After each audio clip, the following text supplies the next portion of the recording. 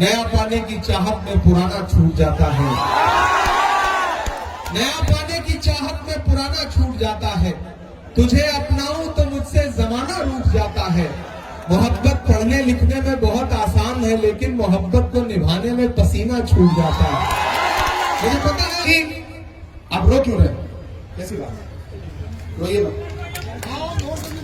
रोइए मत।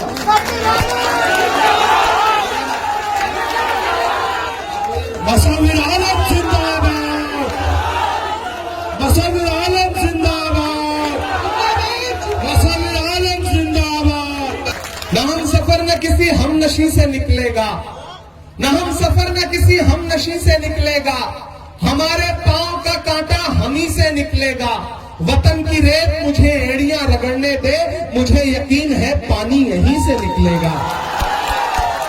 यहाँ बड़ी तादाद में पीछे मेरी माएं बहनें खड़ी हैं। मैं आपकी मौजूदगी को खुसूसी तौर पर सलाम करता हूं।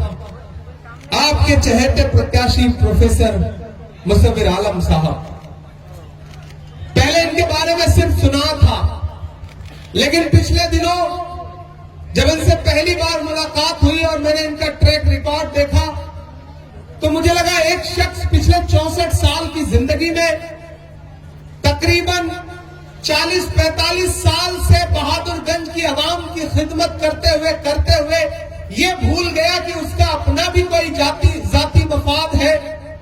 जिस इंसान ने अपने इसी कुर्ते के दामन में ईंटें ढो करके, बालू ढो करके बहादुरगंज कॉलेज जैसा एक तालीमी इदारा खड़ा कर दिया, एक ऐसा इंसान जिसके पास सरो सामान नहीं थे, वो आपके दरवाजों तक गया और आपके सामने अपना हाथ फैलाया और इसने कहा कि मैं आपके बच्चों के लिए तालीमी इदारा बनाना चाहता हूं, मैं बहादुरगंज के बेटों को तालीम देना चाहता हूं, मैं नहीं चाहता कि यहां से पलायन करके कोई दिल्ली, कोई गुजरात, कोई बंबई जाए तो उसे हिकारत की नजर से देखा जाए। प्रोफेसर मुसव्विर आलम ने ख्वाब देखा कि अगर खुदा इन्हें खिदमत का मौका देगा तो ये शख्स आपके बीच में एक प्रोफेसर और एक उस्ताद की जो हैसियत होती है, उस हैसियत से आपकी खिदमत करना चाहता है।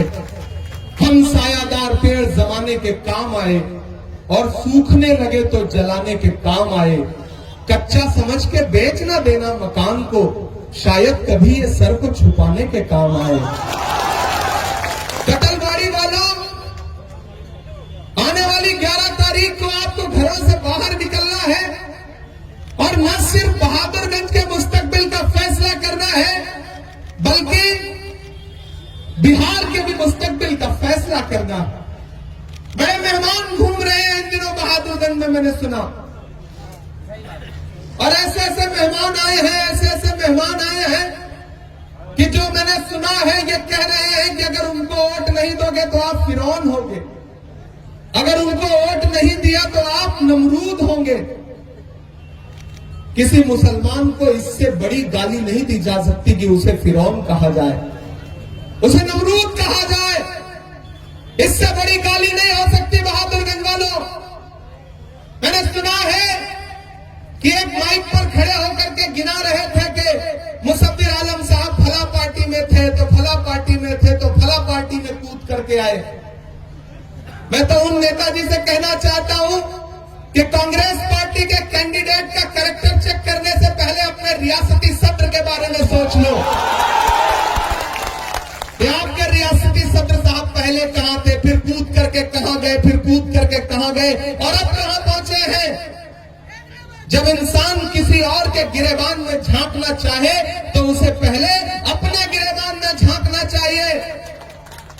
और मोहतरम, अगर प्रोफेसर मुसव्विर आलम का किरदार देखना चाहते हो और ये कह रहे हो कि वो वहां से जंप करके यहाँ आए हैं, तो आप वाले भी तो हमारे यहाँ से ही जंप करके गए हैं। वो कौन सा आपके साथ पहले से थे, वो भी तो जंप करके ही गए हैं कि नहीं गए हैं? मेरे भाई, मैं किसी पे ताना, किसी पे तंज करने नहीं आया। मैं तो जो चल रहा है इस समय बहादुरगंज में, किशनगंज में, सीमांचल में, उसकी रुदात सुनाने आया। मैं सुन रहा हूं वीडियो, कोई पड़ोस के कैंडिडेट मास्टर मुजाहिद को लंगड़ा घोड़ा बोल रहा है, गाली दे रहे हैं सीमांचल के बेटों को। कोई प्रोफेसर मुसव्विर आलम के बारे में तकरीर करते करते कुछ भी बोल जा रहा है, कोई डॉक्टर जावेद साहब के बारे में कुछ कोई बोल जा रहा है, कोई जलील मस्तान साहब के बारे में कुछ कोई बोल जा रहा है। कहां सो गई है आपकी गैरत? कुछ बरसाती मेहमान आएंगे और आपके घर में आपके बेटों को, आपके भाइयों को जो चाहेंगे वो बोल देंगे और आप बर्दाश्त करेंगे? आप सुनेंगे? सीमांचल वालों, आप खुददार लोग हैं, आप जिंदा दिल लोग हैं। वो अलग बात है कि बाढ़ आपके, सैलाब आपके मंसूबों को कभी कभी मटियामेट कर देती है, आपके घरौंदे उजाड़ देती है, लेकिन आप खुददार लोग हैं। आप कितना भी सैलाब आ जाए अलल ऐलान कहते हैं कि हम आतिशे सोदा में भी हक बात कहेंगे, कुंदन की तरह जहर में ताबिंदा रहेंगे। तारीख बताती है कि हर दौरे सितम में हम जिंदा थे, हम जिंदा हैं, हम जिंदा रहेंगे। आप खुददार लोग हैं, आप किसी के आगे हाथ फैलाने वाले लोग नहीं हैं। सीमांचल वालों, आप अपने बाजुओं की ताकत पर भरोसा रखते हैं। आप दिल्ली, बंबई, कलकत्ता, गुजरात, पंजाब या फिर सऊदी अरब या दुबई जाकर के अपने माथे का पसीना बहाते हैं और अपने बच्चों के लिए रोजी कमाते हैं, किसी से लेकर के हराम का नहीं खाते हैं। इसलिए जो लोग बरसाती मेहमान आए हैं उनकी इतनी मजाल, सियासी इख्तिलाफात अलग हो सकते हैं। इससे पहले भी तो सीमांचल में चुनाव होते थे। डॉक्टर जावेद साहब 5 बार 6 बार चुनाव लड़ चुके, अंजार नईमी साहब चुनाव लड़ चुके, सारे लोग चुनाव लड़ते हैं, हार जीत होती रहती है। कोई लड़ता है, कोई हारता है, कोई जीतता है। लेकिन मुझे बताओ, बंगाली चौक वालों, कटलबाड़ी वालों, कि सियासत में आप गालियां देंगे? इमरान प्रतापगढ़ी पसंद नहीं है तो इमरान प्रतापगढ़ी की मां बहन को सोशल मीडिया पे गाली दोगे? हम मुसलमान नहीं है क्या? प्रोफेसर मुसव्विर आलम मुसलमान नहीं है क्या? डॉक्टर जावेद मुसलमान नहीं है क्या? अगर ये आपको वोट नहीं देंगे तो ये फिरौन हो गए, नमरूद हो गए। कैसे सुन रहे हो आप इस तरह की जबान? कैसे बर्दाश्त कर रहे हो सीमांचल वालों आप इस तरह की जबान? कोई भी मुंह उठा करके आएगा और आपके घर के बेटों को, आपके घर के बुजुर्गों को, आपके घर के लोगों को कुछ भी बोल देगा। सियासत अपनी जगह है, लेकिन इस तरह की जबान पर लगाम लगाओ सीमांचल वालों। ऐसे लोग जो आपके बेटों को, आपके भाइयों को गालियां दे रहे हैं, उनसे कह दो कि तुम मेहमान हो, हम मेहमानों के साथ बुरा सुलूक नहीं करते हैं, लेकिन वोट मांगने के लिए हमारे गांव में मत आना। हम ऐसी जबान को बर्दाश्त नहीं कर सकते। हम सीमांचल के लोग हैं। मैं गुजारिश करता हूं आपसे, मैं आपको झिझोड़ने आया हूं दामन पकड़ करके आपका। ये सियासत आती जाती रहेगी, इलेक्शन आते जाते रहेंगे, लेकिन गाली सुनोगे? ये नहीं हो सकता, ये नहीं बर्दाश्त किया जाएगा। मैं नहीं देता हूं उनको वोट, कभी नहीं दूंगा उनको वोट। तो इसका मतलब कि मुझे फिरौन कहो गया? और यहां आकर के कह रहे हैं डॉक्टर साहब जावेद भाई कि जो कांग्रेस को वोट देगा वो दरी बिछा रहा है, यही कह रहे हैं ना, गाली दे रहे हैं ना। तो मैं आपको एक बात बताता हूं, 11 तारीख को यहां वोटिंग है ना। इसी 11 तारीख को जहां से वो आए हैं, हैदराबाद, तेलंगाना, घर से 1 किलोमीटर की दूरी पर एक विधानसभा है, जुबली हिल्स। एक सीट पर 11 तारीख को वहां भी वोटिंग है। वहां से कांग्रेस का कैंडिडेट है नवीन यादव, उसके लिए यही मोहतरम घर घर जाकर के वोट मांग रहे हैं। मतलब तुम वहां कांग्रेस के लिए वोट मांगो तो तुम बहुत बड़े हिकमती और बहुत बड़े सियासती, और बहादुरगंज के लोग कांग्रेस को वोट देते तो फिरौन। भैया ऐसी सियासत तो सीमांचल में नहीं चलेगी। आप दरी बिछाओ हुकूमत की, चूंकि कांग्रेस की हुकूमत है तो आप बहुत बड़े हिकमत वाले आदमी। और बहादुरगंज के प्रोफेसर मुसव्विर आलम साहब, डॉक्टर जावेद साहब, अंजार भाई महागठबंधन की सरकार बनाने के लिए एक एक वोट को एकजुट करें, तो ये दरी बिछाने वाले लोग हो गए। ये गाली नहीं है तो और क्या है?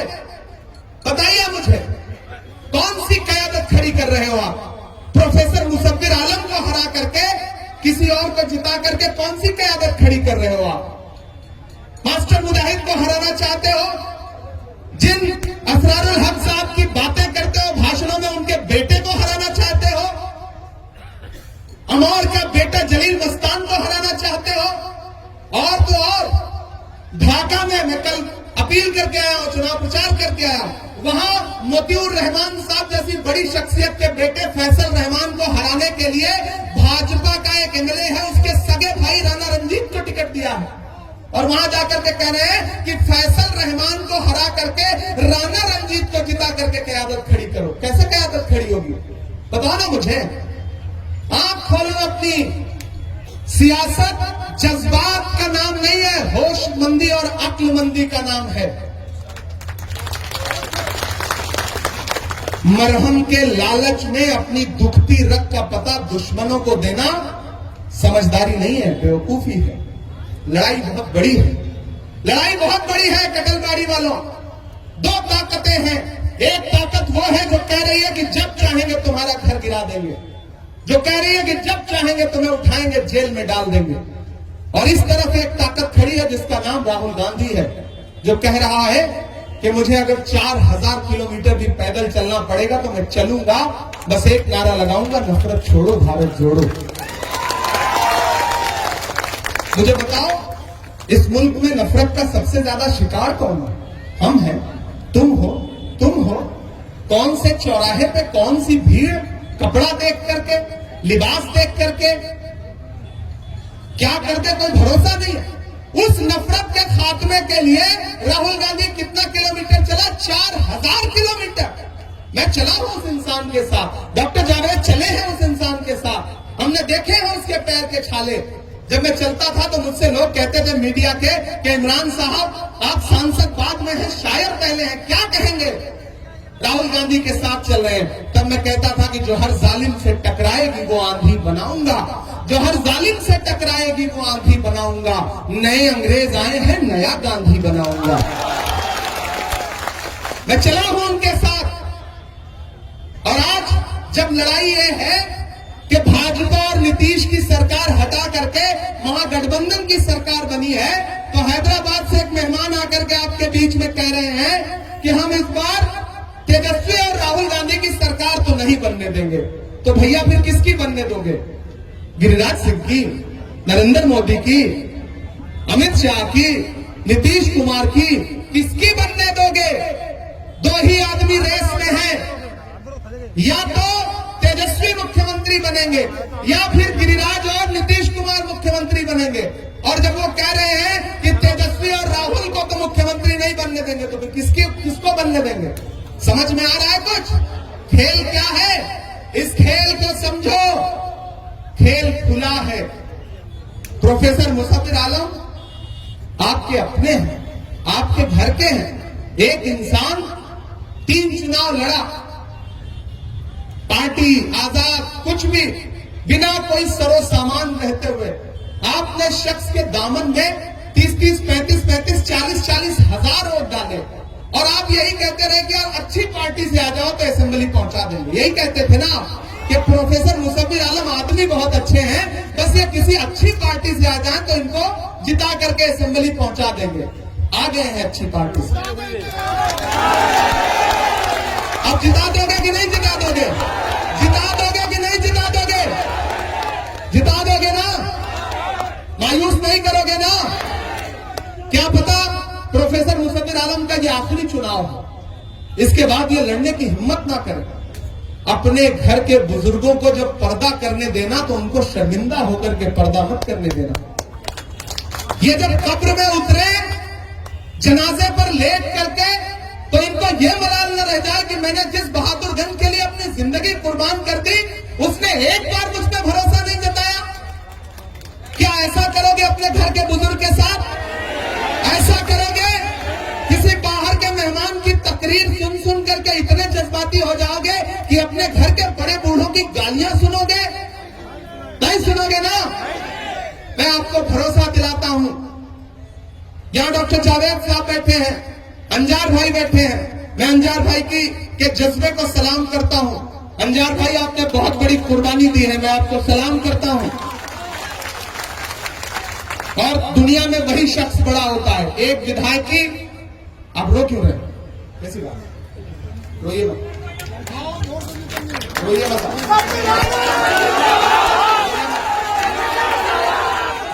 मुसफ़िर आलम जिंदाबाद, मसविर आलम जिंदाबाद, मसविर आलम जिंदाबाद। बहादुरगंज वालों, अपने बुजुर्गों को रुलाओ मत यार, ये अच्छा नहीं है। मैं नहीं देख सकता इस इंसान के आंसू। रुलाओ मत अपने बुजुर्गों को। कोई आकर के गालियां देगा, सुनोगे, बर्दाश्त करोगे? नहीं, ये मत होने दो। ये बुजुर्ग तुम्हारा सरमाया है, ये छिन जाएंगे तो तुम्हारे सरों का साया छिन जाएगा। इस आदमी ने आपके बहादुरगंज के लिए कॉलेज बनाया है, इस आदमी ने कस्तूरबा गांधी स्कूल ला करके दिया है, जहां आपकी बच्चियां तालीम हासिल कर सकती हैं। अगर बहादुरगंज का एक एक बेटा जिसने कभी इनके स्कूल में पढ़ाई की है, जिसने कभी इनको अपना उस्ताद माना है, मैं उसको पुकारता हूं, उसको इनकी मोहब्बत की कसम दे करके कहता हूं कि सिर्फ अपना नहीं बल्कि अपने पड़ोस का, अपने घर वालों का एक एक वोट लेकर के निकलो। 11 तारीख को हाथ छाप पर बटन दबा करके प्रोफेसर मुसव्विर आलम को जिताओ। अंजार भाई, आप इधर आइए। मैं बहुत जज्बाती हूं। मेरी अंजार नईमी साहब से बहुत कम मुलाकात है, शायद नहीं है, और अगर पहले हुई होती तो शायद हम मिल करके कुछ और कर रहे होते।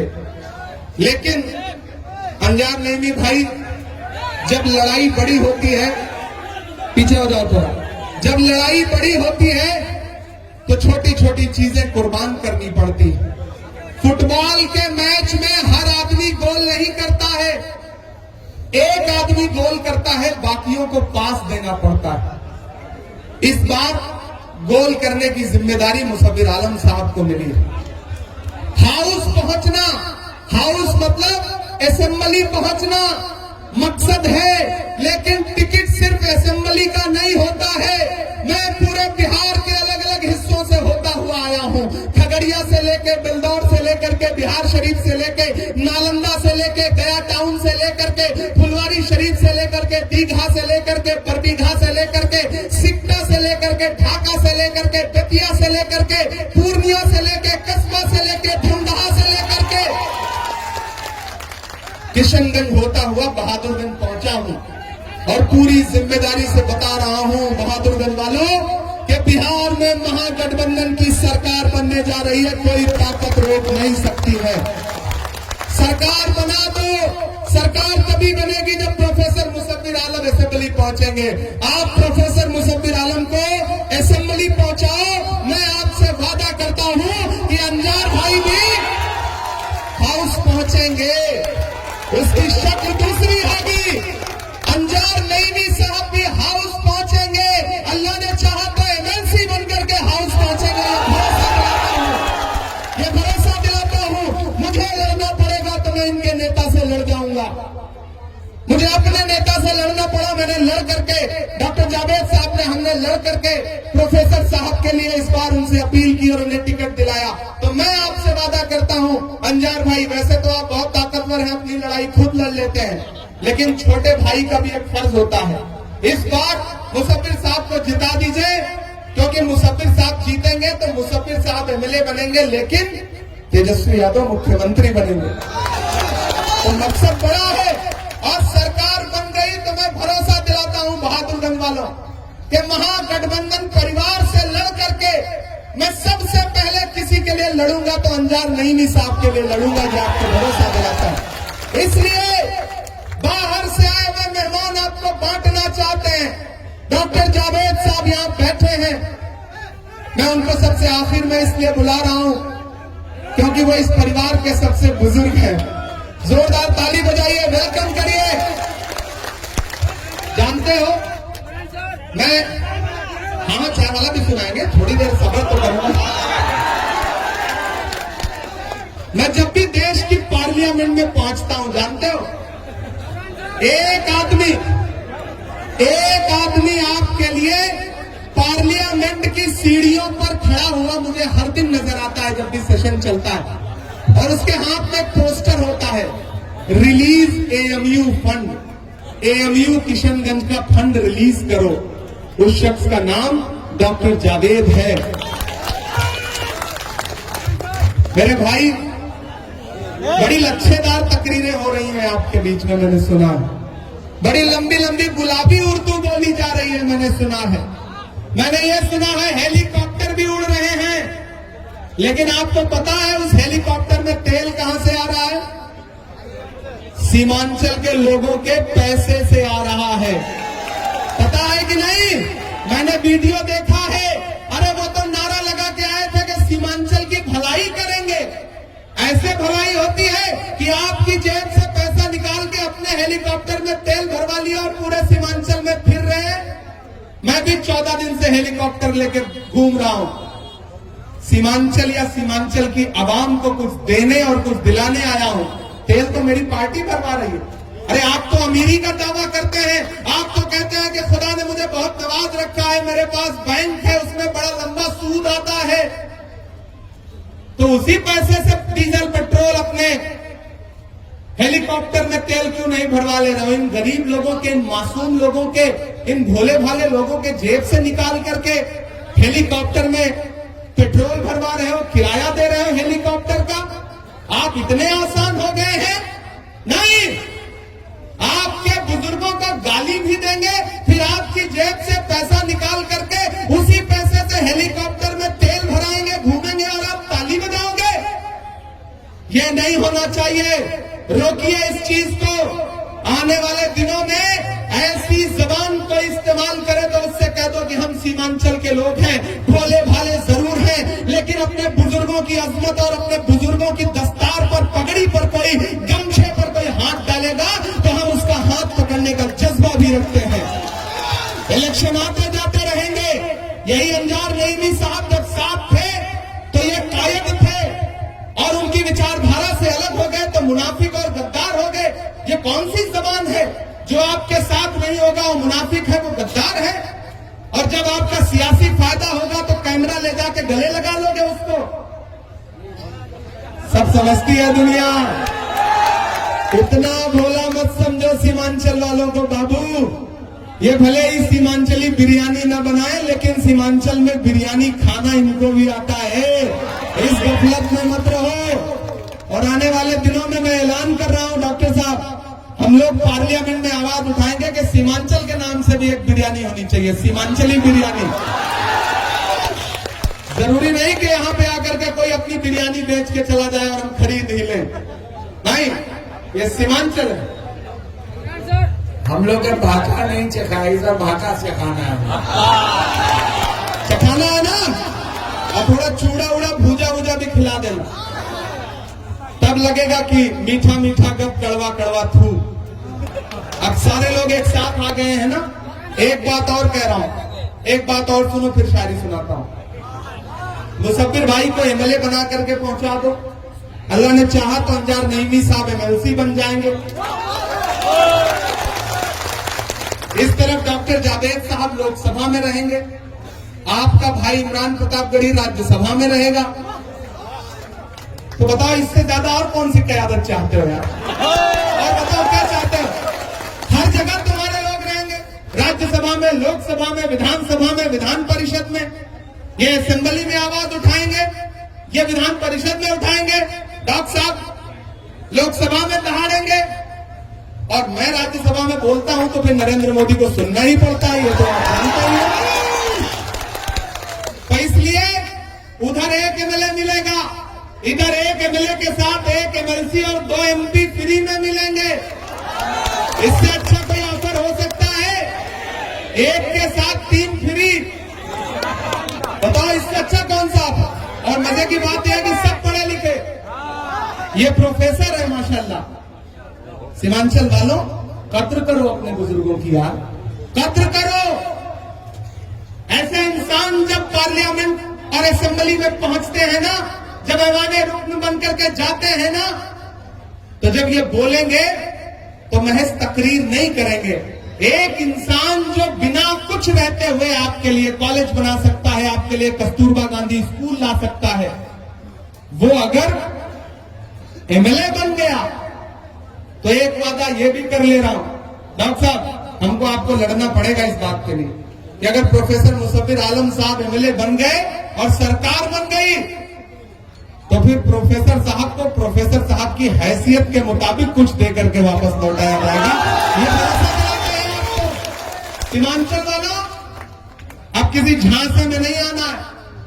लड़ाई सीधे सीधे है, लड़ाई सरकार बनाने की है। और अगर 11 तारीख को एक एक वोट हाथ छाप कर दे दिया, 14 तारीख को तेजस्वी यादव को मुख्यमंत्री बना दिया, तो फिर मेरा ऐलान सुन लो कि आने वाले 2029 में राहुल गांधी को इस देश का प्रधानमंत्री बनने से कोई रोक नहीं सकता है, कोई नहीं रोक सकता है। इसलिए गुजारिश कर रहा हूं आपसे, एक आखिरी बात कहता हूं, फिर शायरी सुनाऊंगा। हाँ बिल्कुल सुनाएंगे भाई, सुनाएंगे। आपने पिलाया नहीं चाहे, लेकिन हम सुनाएंगे जरूर, ये वादा करते हैं। एक और बात कहता हूं यार, बहुत जज्बाती होकर के कहता हूं कि दोपहरी में चराग नहीं जलाया जाता, अंधेरे में चिराग जलाया जाता है। अगर अंधेरे के बजाय दोपहरी में चिराग जलाओगे तो अंधेरा खत्म नहीं होगा, बल्कि चिराग खत्म हो जाएगा। वक्त की अहमियत समझो, एक बार वक्त आया है, क्या पता इसके बाद प्रोफेसर मुसव्विर आलम जैसा कोई आदमी हिम्मत कर पाए इलेक्शन लड़ने की, या ना कर पाए। मैंने इस शख्स के आंसू देखे हैं, इसके आंसुओं को जाया मत होने देना मेरे भाई। ये आंसू बहुत कीमती हैं। ये आंसू एमएलए बनने के बाद किसी स्कूल की, कॉलेज की बुनियाद में गिरेंगे तो महल तामीर होगा। इसे ऐसे जाया मत होने देना, खुदा के लिए इन आंसुओं को ऐसे जाया मत होने देना। और याद रखना कि आप तो इस बात पर ईमान रखते हो ना कि मजदूर का पसीना सूखने से पहले उसकी मजदूरी उसे दे दी जाए। रखते हो या नहीं रखते हो? बताओ मुझे, रखते हो या नहीं रखते हो? मैं रखता हूं इस बात पर ईमान, क्योंकि हमारे आका का कॉल है कि मजदूर का पसीना सूखने से पहले उसकी मजदूरी उसे दे दी जाए। तो न तो इस आदमी की मेहनत का पसीना सूखा है, न इसके आंसू सूखे हैं। 11 तारीख को इसको इसकी मजदूरी दे दो मेरे भाई।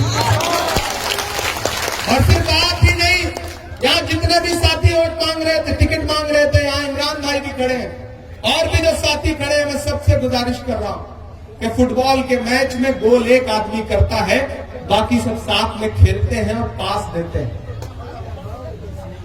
अल्लाह के लिए, खुदा के लिए इस इंसान को मायूस मत करना कि कहां सोया है चौकीदार।